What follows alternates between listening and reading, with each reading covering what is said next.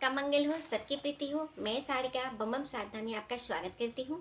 आज मैं बताऊंगी चंद्र ग्रहण के बारे में, जो कि 28 तारीख को चंद्र ग्रहण लग रही है और ये रात्रि को 1:06 से प्रारंभ हो रही है, जो कि 2:22 पर समाप्ति हो रही है। और जब भी चंद्र ग्रहण लगता है वो 9 घंटे पहले उसकी सूतक काल मानी जाती है।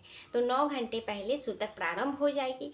तो इस दिन शरद पूर्णिमा है और शरद पूर्णिमा को हम लोग खीर बनाते हैं। तो उस दिन खीर हम लोग कैसे बनाएं, क्या करें, नहीं करें, तो जब चंद्र ग्रहण समाप्त हो जाएगी तभी आप लोग, हमारे जो भी दर्शक हैं, वो आप उसके बाद ही खीर बनाएं और स्नान करें।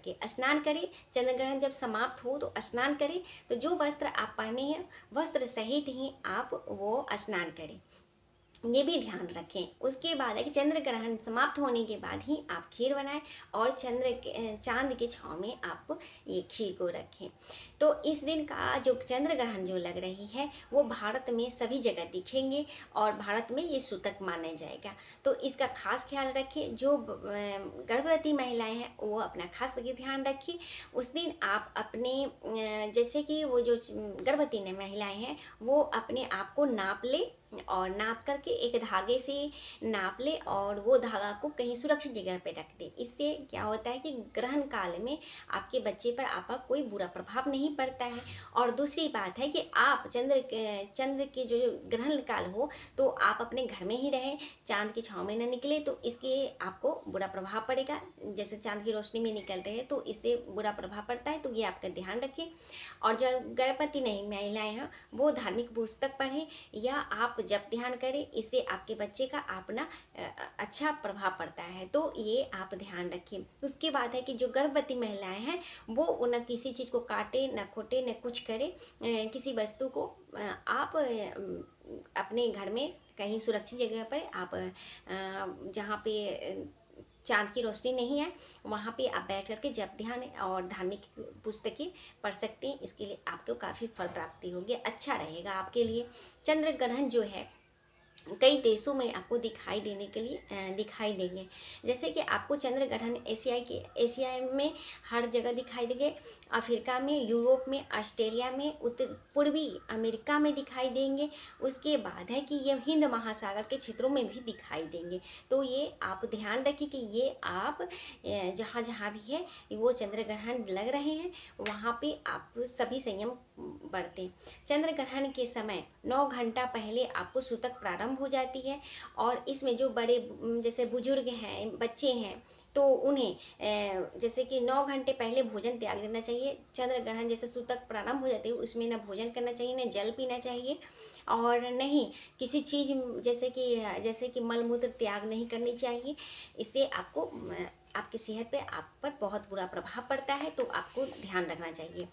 तो ये भी आपको ये सूतक काल में जो भोजन करते हैं वो जैसे कोई भी सूतक काल में जो भोजन ग्रहण करते हैं और वो अधोगति को प्राप्त होते हैं। जो सोते हैं वो रोगी होते हैं। जो लघु संज्ञा करते हैं वो कीड़े और दरिद्रता आती है।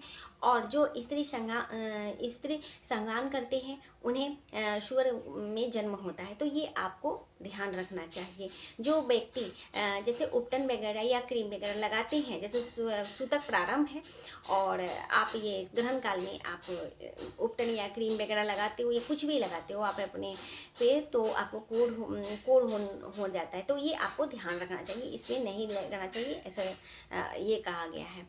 जो ये ग्रहण काल में जप ध्यान करने का बहुत बड़ा महत्व है। जप ध्यान, मौन, दान पुण्य करने का, तीर्थ स्थान पे जाने का बहुत बड़ा महत्व है। और यहाँ पे जो तीर्थ यात्रा करते हैं, तीर्थ पे जाते हैं, जप ध्यान करते हैं, उन्हें लाखों गुना फल प्राप्ति होती है। अगर आप गंगा जल सामने रख करके और जप ध्यान करते हैं तो करोड़ों गुना फल प्राप्ति होती है। तो ये भी आप ध्यान रखें। उसके बाद जो भी आपके खाद्य पदार्थ होंगे घर में, जैसे खाने वाले पदार्थ या जल में जो पीने वाला जल हो उसमें आप कुशा डाल दें, तिल डाल दें या तुलसी दल डाल दें। इससे आपका वो जो भोजन होगा वो दूषित नहीं होता है, उस पर ग्रहण का प्रभाव नहीं पड़ता है। तो ये आप ध्यान रखिए। उसके बाद ग्रहण काल में दूसरे घर का भोजन नहीं करना चाहिए, क्योंकि दूसरे घर के भोजन करने से आपके 12 वर्ष के एकत्रित किया हुआ धन या एकत्रित किया हुआ पुण्य आपको नष्ट हो जाती है। तो ये आप ध्यान रखिए, दूसरे का घर का भोजन आप नहीं करें।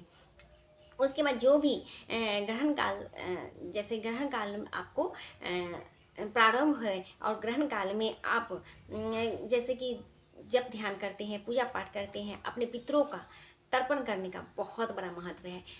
ग्रहण काल में अपने पितरों को तिल युक्त जल से तर्पण करते हो तो आपके पितृ तृप्त होते हैं, आप पे उनके आशीर्वाद हमेशा बनी रहती है और आपको काफ़ी फल प्राप्ति होती है। चंद्र ग्रहण में रुद्राक्ष की माला धारण करने से आपके पापों का नष्ट होता है, ये भी आप ध्यान रखें। ग्रहण का समाप्ति होने पर आप जो वस्त्र पहने हैं वही वस्त्र पहन करके स्नान आदि करके आप उसके बाद आप खीर बनाएं, और उस दिन शरद पूर्णिमा है तो आप उस खीर को चंद के छाँव में रखें और उसके बाद उसे सुबह उठ करके अपने गुरु, अपने इष्ट को भोग लगा। उसके बाद प्रसाद रूपी अपने उस खीर को अपने सारे जो भी घर वाले हैं उनको आप प्रसाद के रूप में दें और खुद ही ग्रहण करें।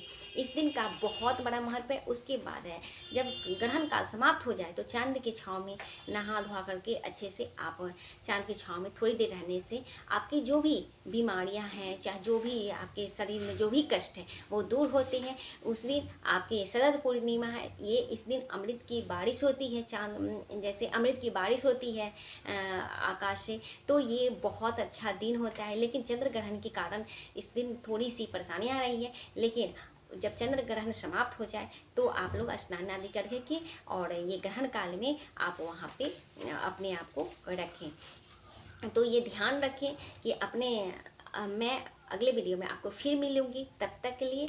और उसके बाद जो भी मेरे देख रहे हैं और मुझे कमेंट करके आप अगले वीडियो में के बारे में या अगले वीडियो में आपको मिलूँगी मैं, और मेरे चैनल को आप सब्सक्राइब कर लें और अगले वीडियो में फिर मिल रही हूँ। तब तक के लिए हरिओम।